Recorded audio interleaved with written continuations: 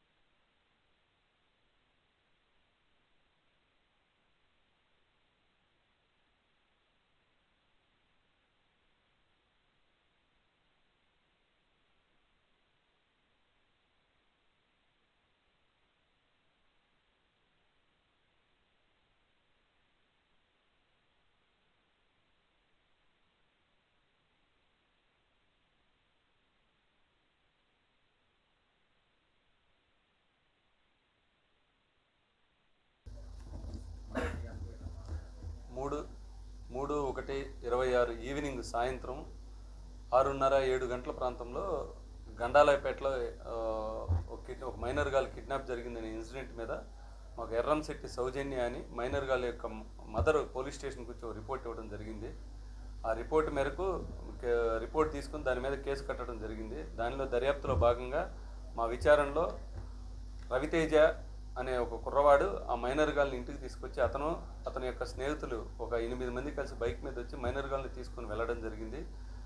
ఆ మైనర్ గాల్ని ఈరోజు ఉదయం 11 గంటలకు తుళ్ళూరులోని సెక్రటేరియట్ ఏరియాలో అమ్మాయిని సెక్యూర్ చేసుకోవడం జరిగింది. తీసుకొచ్చి పేరెంట్స్కి అప్పచెప్పడం జరిగింది.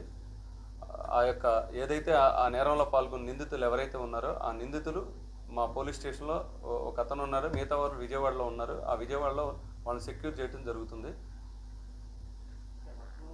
మొత్తం 9 మంది పార్టిసిపేట్ చేయడం జరిగింది.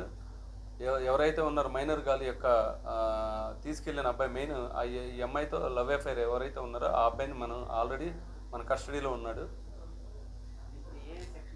ఈ అమ్మాయిని మైనర్ గాల్ని తీసుకెళ్ళటం నేరం కనుక 12 పోస్కో కింద కేసు నమోదు చేయడం జరిగింది. కిడ్నాప్ కేసు కట్టడం జరిగింది. వాళ్ళ ఇంట్లోకి వచ్చి ఇంట్లో చొరబడి వాళ్ళ మదర్తో మిస్బిహేవ్ చేశారు కాబట్టి దాని మీద కూడా కేసు కట్టింది. ఇంట్లోకి చొరబట్టడం నేరం కాబట్టి 448 నేరం కాబట్టి కేసు కట్టింది. వీళ్ళు లవ్ అఫైర్ ఉండటం కారణంగా ఇన్సిడెంట్ జరిగింది. ఎవరైతే రవితేజ అనే కుర్రాడు ఉన్నాడో ఆ కుర్రాడు వాళ్ళ యొక్క స్నేహితులను తీసుకొని ఆ ఇంటికి తీసుకెళ్ళడం జరిగింది. ఒకసారి వెరిఫై చేయాల్సి ఉంది. ఆ అబ్బాయి రవితేజ మీద అయితే మా పోలీస్ స్టేషన్ ఎలాంటి కేసులు లేవు. ఈ ఎవరైతే ఉన్నారో అతని యొక్క స్నేహితులంతా విజయవాడకు చెందిన వాళ్ళు. అభి, సురేంద్ర, దినకర్ అనేవాళ్ళు ఇందులో పార్టిసిపేట్ చేసినట్లుగా మాకు తెలుస్తుంది. గతంలో ఇక్కడ ఇంటర్మీడియట్ చదివి ఉన్నాడు. ఆ యొక్క స్నేహితులు ఇక్కడ పార్టిసిపేట్ చేశారని తెలిసింది.